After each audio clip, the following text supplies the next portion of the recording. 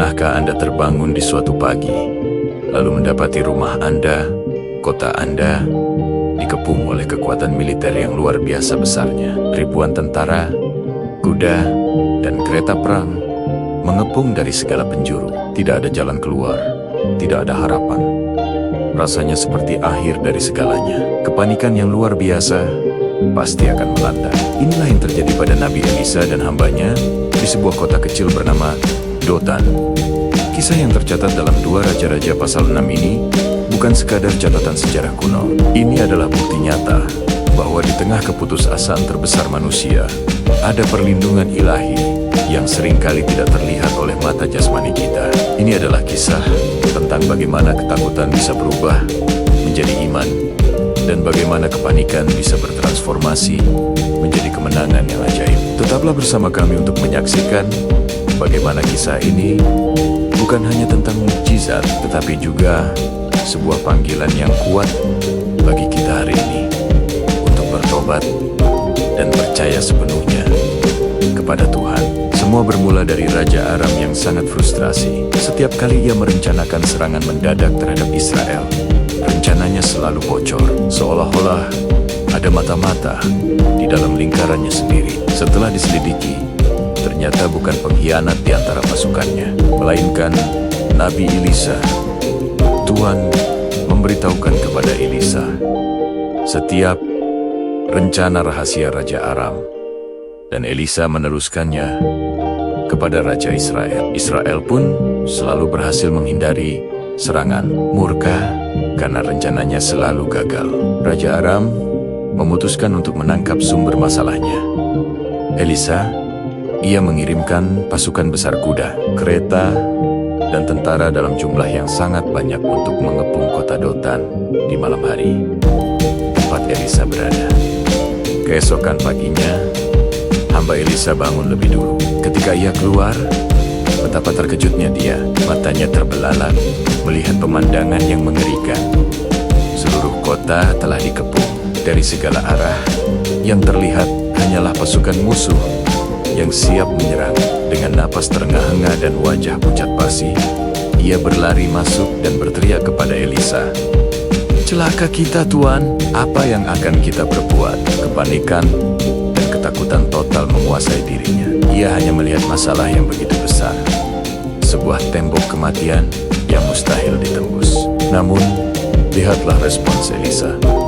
Dengan tenang, ia berkata, "Jangan takut, sebab lebih banyak yang menyertai kita daripada yang menyertai mereka." Bayangkan kebingungan sang hamba. Lebih banyak di mana yang ia lihat hanyalah lautan tentara musuh. Elisa kemudian berdoa, sebuah doa yang singkat namun sangat dahsyat. "Ya Tuhan, bukalah kiranya matanya, supaya ia melihat." Dan pada saat itu juga, Tuhan membuka mata rohani sang hamba. Apa yang dilihatnya membuatnya tak bisa berkata-kata. Di sekeliling Elisa, di seluruh perbukitan, pemandangan berubah total. Bukit-bukit itu dipenuhi oleh kuda dan kereta berapi. Tentara surga yang perkasa, berkilauan dalam kemuliaan ilahi, berdiri siap sedia. Jumlah mereka jauh melampaui pasukan Aram. Mereka adalah perlindungan tak terlihat yang selama ini ada di sana, menunggu dalam diam. Ketakutan sang hamba seketika lenyap, digantikan oleh kekaguman dan iman yang membara. Saat pasukan Aram mulai bergerak maju untuk menangkapnya, Elisa kembali berdoa kepada Tuhan, "Butakanlah kiranya bangsa ini." Dan Tuhan menjawab doanya. Seluruh pasukan Aram yang perkasa itu tiba-tiba dilanda kebutaan. Mereka kebingungan, tidak bisa melihat apapun dengan jelas. Elisa kemudian dengan santai berjalan ke arah mereka dan berkata, "Bukan ini kotanya, dan bukan ini jalannya. Ikutlah aku, maka aku akan mengantarkan kamu kepada orang yang kamu cari." Elisa menuntun seluruh pasukan yang buta itu berjalan puluhan kilometer, bukan ke tempat persembunyian, melainkan langsung ke jantung pertahanan musuh, ibu kota Samaria. Ketika mereka tiba di pertengahan kota, Elisa berdoa lagi, "Ya Tuhan, bukalah mata mereka, supaya mereka melihat. Seketika, penglihatan mereka pulih. Betapa terkejutnya mereka. Mereka sadar bahwa mereka kini berada di tengah-tengah ibu kota musuh, sepenuhnya terjebak dan tak berdaya. Raja Israel melihat musuh bebuyutannya kini ada dalam genggamannya, bertanya kepada Elisa dengan penuh semangat, "Bapakku, haruskah kubunuh mereka?" Namun, respons Elisa menunjukkan karakter Tuhan yang luar biasa. Ia berkata, "Jangan, berilah mereka makan dan minum, dan biarkanlah mereka pulang kepada Tuhan mereka." Alih-alih pembalasan, yang terjadi adalah perjamuan besar. Musuh yang datang untuk membunuh justru diberi makan, minum, dan diperlakukan dengan belas kasihan. Setelah itu, mereka dipulangkan dengan damai, dan Alkitab mencatat, sejak saat itu, gerombolan-gerombolan Aram tidak pernah lagi memasuki tanah Israel. Kisah yang luar biasa ini bukan hanya untuk kita kagumi, tapi untuk kita renungkan secara mendalam. Pertama, ini adalah tentang visi rohani versus visi jasmani. Hamba Elisa hanya melihat masalah di depan matanya, ribuan tentara Aram. Namun, Elisa dengan mata rohaninya melihat solusi yang jauh lebih besar, tentara surga yang tak terhitung jumlahnya.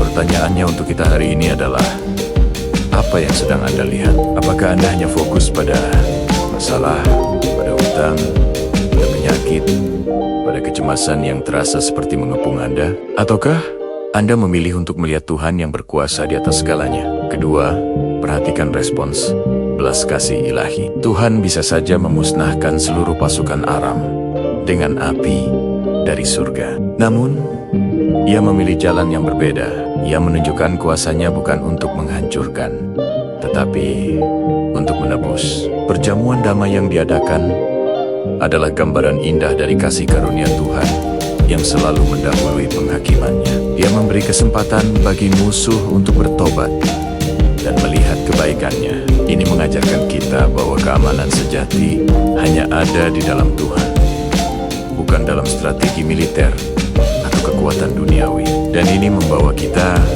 pada inti pesan hari ini. Ajakan untuk pertobatan totalitas. Saudaraku, mungkin hari ini Anda merasa terkepung oleh dosa yang membelenggu, oleh kecemasan yang menyesakkan, oleh masalah hidup yang terasa seperti ribuan tentara Aram di depan mata Anda. Anda panik seperti hamba Elisa dan berteriak, "Celakaku, apa yang harus kuperbuat?" Kisah ini memanggil kita untuk sebuah pertobatan totalitas. Ini bukan sekadar perubahan perilaku di permukaan, bukan hanya berhenti melakukan kebiasaan buruk. Ini adalah perubahan radikal dalam cara pandang kita, sebuah revolusi dalam hati kita, di mana kita mengalihkan fokus dari kekuatan duniawi yang fana kepada perlindungan Tuhan yang kekal. Pertobatan totalitas berarti kita berhenti mencoba mengendalikan segalanya dengan kekuatan kita sendiri. Pertobatan totalitas berarti kita sungguh-sungguh percaya dengan segenap hati bahwa mereka yang bersama kita lebih banyak daripada mereka yang bersama mereka. Bahkan ketika kita tidak bisa melihat kereta berapi itu secara fisik, ini berarti kita menyerahkan kepanikan kita dan menggantinya dengan kepercayaan penuh pada pemeliharaannya. Saatnya berhenti mengandalkan kekuatan sendiri, kecerdasan sendiri, atau koneksi duniawi. Saatnya untuk berserah penuh. Ambillah keputusan hari ini untuk hidup kudus, untuk membuka mata rohani Anda, dan untuk percaya penuh pada Dia yang memegang seluruh dunia dalam tangannya. Jika kisah ini memberkati dan menguatkan Anda, tekan tombol suka dan bagikan video ini kepada teman atau keluarga yang mungkin sedang membutuhkan penghiburan dan kekuatan. Jangan lupa juga untuk berlangganan channel ini agar kita bisa terus bertumbuh bersama dalam firman Tuhan.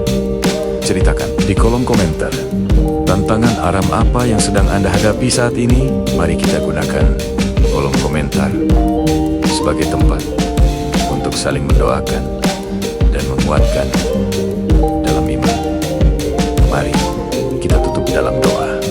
surga, kami bersyukur untuk firman-Mu yang hidup. Seperti Engkau membuka mata hamba Elisa, kami mohon, bukalah mata rohani kami hari ini.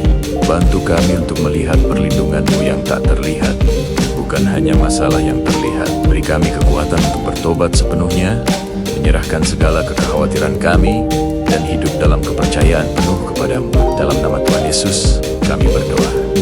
Amin. Sampai jumpa di video berikutnya. Tuhan memberkati.